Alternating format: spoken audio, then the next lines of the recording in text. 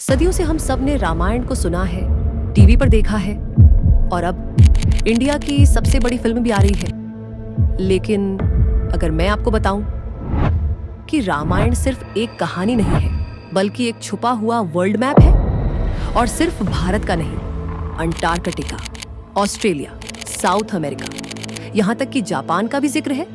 और अगर ये सच है तो इसका मतलब हिस्ट्री सिर्फ अधूरी नहीं, शायद गलत है।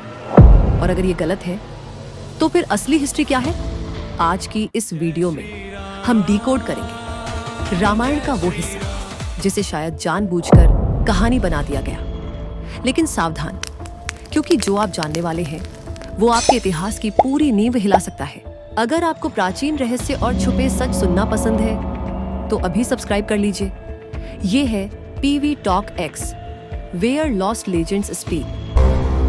हजारों साल पहले किष्किंधा के घने जंगल, हवा में एक अजीब सी खामोशी, वानरों की लाखों सेना चारों तरफ खड़ी थी और उनके सामने थे सुग्रीव, एक राजा जिसने अभी अभी अपना सब कुछ वापस पाया था भगवान राम की मदद से। लेकिन अब उसके सामने एक कर्ज था, माता सीता को ढूंढने का। लेकिन जो होने वाला था वो सिर्फ खोज नहीं थी, वो था इतिहास का सबसे बड़ा एक्सप्लोरेशन मिशन। सोचिए, लाखों वानरों की सेना बिना मैप्स, बिना कंपास ऐसी जगहों की तरफ निकल रही है जहां इंसान आज भी जाने से डरता है। ये खोज नहीं थी, ये था कुछ और, जैसे किसी ने पहले ही पूरी दुनिया को मैप कर लिया हो। सुग्रीव आदेश देता है, चारों दिशाओं में जाओ। सुनने में सिंपल लगता है, लेकिन असली खेल यहीं शुरू होता है, क्योंकि वो जिन जिन जगहों का जिक्र करता है वो आज की दुनिया से सरप्राइजिंगली सिमिलर है, और कुछ तो बिल्कुल सेम है। गंगा, यमुना, सरयू, काशी, मगध, अंग। रुकिए, अब यहां तक सब ठीक है, लेकिन यहीं एक डेंजरस पैटर्न शुरू होता है, क्योंकि आगे जो आने वाला है वो पॉसिबल से इम्पॉसिबल होने वाला है। सुग्रीव कहता है, पुंड्र के आगे जाओ। अब पुंड्र, जिसे आज के हिस्टोरियन बांग्लादेश कहते हैं, उसके आगे क्या है? म्यांमार। लेकिन फिर एक भयानक चेतावनी, वहां कुछ ऐसे लोग मिलेंगे जो इंसान हैं, पर इंसानों को भी खाते भी हैं। अब ये डिस्क्रिप्शन इतना डरावना क्यों है? ब्रिटिश रिकॉर्ड्स बताते हैं म्यांमार में 17वीं सदी तक भी कैनिबल ट्राइब्स के होने की रिपोर्ट मिलती थी। लेकिन क्या ये सच में वही जगह है, या मॉडर्न हिस्ट्री को हम रामायण में फिट करने की कोशिश कर रहे हैं? अब तक ये सब कोइंसिडेंस लग सकता है, लेकिन अगला हिस्सा कोइंसिडेंस नहीं लगता। सुवर्ण भूमि सुनने में एक मिथ लगता है ना?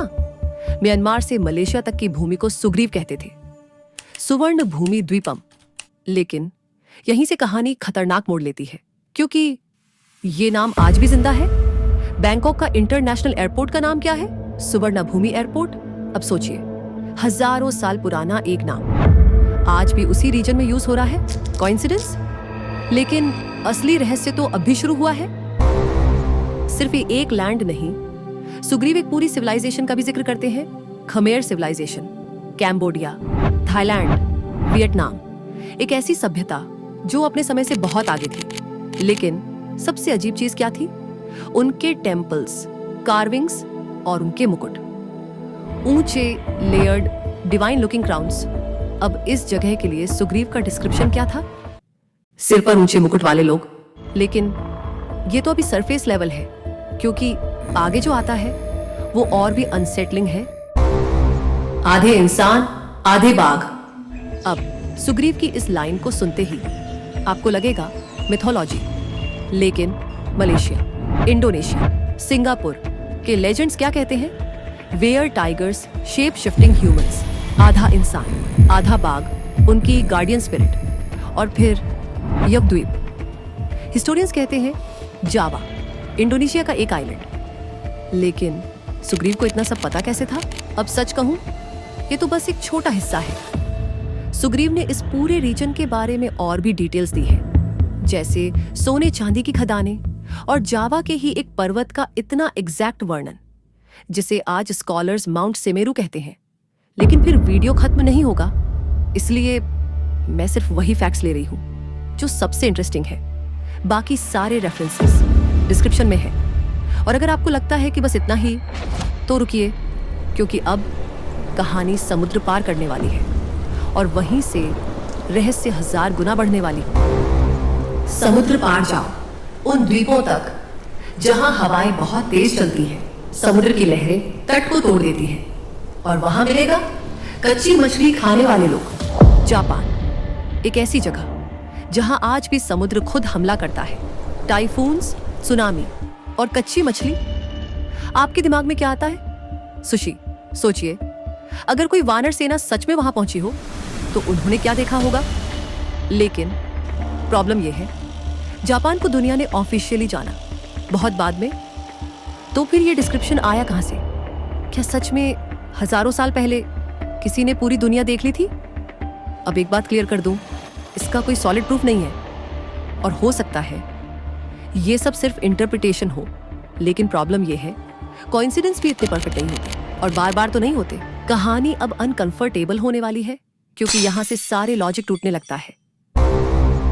लाल समुद्र पार, एक द्वीप। अब अगर आप साउथ ईस्ट एशिया से आगे बढ़ते हैं तो आपको मिलता है कोरल सी, एक ऐसा समुद्र जिसका पानी कई जगहों पर लाल दिखाई देता है। क्यों? Coral formations. और उसके पार क्या है? ऑस्ट्रेलिया। सुग्रीव उस भूमि को कहते हैं शालमली द्वीप। शालमली मतलब सिल्क कॉटन ट्री। रुकिए, क्या ये ट्री सच में यहां एग्जिस्ट करता है? हाँ, ऑस्ट्रेलिया में आज भी पाए जाते हैं ऐसे ट्रीज। लेकिन सबसे डिस्टर्बिंग डिटेल तो अभी बाकी है। वहां भयानक जीव हैं, पहाड़ों से उल्टा लटके हुए और धूप से छिपते हुए। अब ये सुनकर आपके दिमाग में सबसे पहले क्या आता है? बैट्स। लेकिन साधारण चमगादड़ नहीं, मेगा बैट्स, दुनिया के सबसे बड़े उड़ने वाले जीवों में से एक। और ये डिटेल इतनी एग्जैक्ट है कि ये डराने लगती है। कोइंसिडेंस? पर कितनी बार हो सकता है? एक बार, 2 बार, हर बार? और फिर अगला हिस्सा एक्सप्लेनेशन से भी बाहर है। और ऑस्ट्रेलिया के आगे सफेद समुंदर पार न्यूजीलैंड, बर्फ से ढका हुआ सफेद माउंट कुक, वहां का हाईएस्ट माउंटेन, और उसके चारों ओर क्रिस्टल लेक्स। बिल्कुल सुग्रीव के डिस्क्रिप्शन जैसा, लेकिन न्यूजीलैंड को डिस्कवर किया गया सिर्फ 800 साल पहले। कल्पना कीजिए, हजारों साल पहले कोई इस जगह को देख चुका है। और अब सबसे खौफनाक हिस्सा। 1520 एक नाविक फर्डिनेंड मैगलन, जब वो पहली बार इस विशाल ओशन में प्रवेश करता है तो उसे एक अजीब चीज महसूस होती है। कोई तूफान नहीं, कोई उथल पुथल नहीं, बस एंडलेस काम। इसलिए उसने इसका नाम रखा पैसिफिक ओशन। पैसिफिक मतलब शांत। अब न्यूजीलैंड के बाद उस महासागर को सुग्रीव क्या नाम देता है? शांत समुद्र। लेकिन फिर एक डरावना चेतावनी, पानी के नीचे एक भयानक आग, ये लॉजिकली पॉसिबल ही नहीं लगता।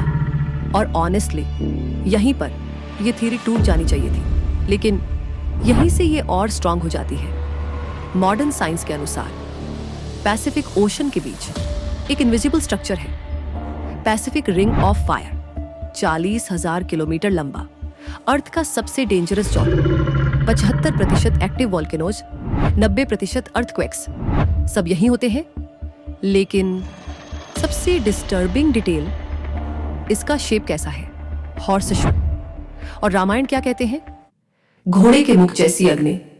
ये सिर्फ वेग सिमिलैरिटी नहीं है, शेप मैच कर रहा है, लोकेशन मैच कर रहा है, बिहेवियर भी मैच कर रहा है। कोइंसिडेंस नहीं, लगता है किसी ने सच में इसे देखा था। अब तक ये सब एक पैटर्न लग रहा था, लेकिन अब एक कंप्लीट मैप बनने वाला है। उस समुद्र के पार एक स्वर्ण पर्वत, अनंत शिखर। अब पैसिफिक क्रॉस करने के बाद आप पहुंचते हैं साउथ अमेरिका, एंडीज माउंटेन्स, दुनिया की सबसे लंबी माउंटेन रेंज, 7,000 किलोमीटर से भी ज्यादा।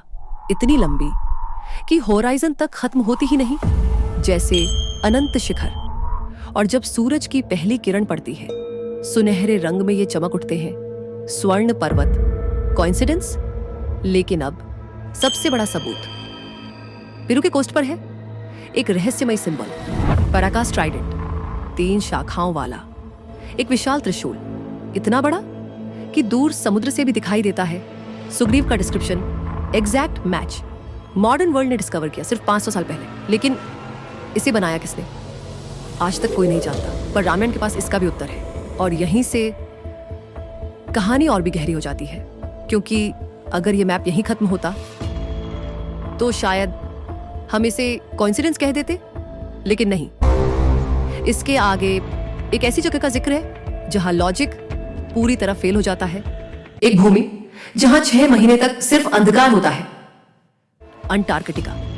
अब एक सेकंड के लिए इमेजिन कीजिए, हजारों साल पहले बिना मैप्स, बिना टेक्नोलॉजी कोई उस जगह का जिक्र कर रहा है जहां आज भी इंसान सरवाइव करने से डरता है। अब आप खुद सोचिए, ये सिर्फ सिमिलैरिटी है या लॉस्ट मेमोरी? आप क्या मानते हैं, सच या स्कॉलर्स सिर्फ अपने बिलीफ को प्रूव करने के लिए पैटर्न्स बना रहे हैं? कमेंट में जरूर लिखिए, मैं हर कमेंट पढ़ती हूँ। लेकिन सच जो भी हो, एक बात तो तय है, सवाल अभी भी जिंदा है, और जब तक सवाल है रहस्य भी जिंदा रहेगा। अगर फिर भी आपको ये कोइंसिडेंस लगता है तो अगली वीडियो मत देखना, क्योंकि आज मैंने सिर्फ एक दिशा डिकोड की है, ईस्ट। और सच कहूं, वीडियो ऑलरेडी बहुत लंबा हो गया है और 3 दिशाएं अभी बाकी हैं। लेकिन तैयार रहना, क्योंकि अगली बार मैं आपको वो दिखाने वाली हूं जिसके बाद आप खुद से ही सवाल पूछोगे। अगर आपको ऐसे एंशिएंट मिस्ट्रीज और हिडन ट्रूथ्स पसंद है तो हमारी सैटरडे सस्पेंस सीरीज जरूर देखें। और अगर प्राचीन ग्रंथों और पुराणों की सोलफुल स्टोरीज पसंद है तो सोलफुल संडे सीरीज मिस मत करना। अगर आपको ये कहानी थोड़ी भी माइंड ब्लोइंग लगी हो तो वीडियो को लाइक, शेयर और सब्सक्राइब जरूर करें। बेल आइकॉन दबाना मत भूलिए। तब तक यही है PV Talk X, where lost legends speak।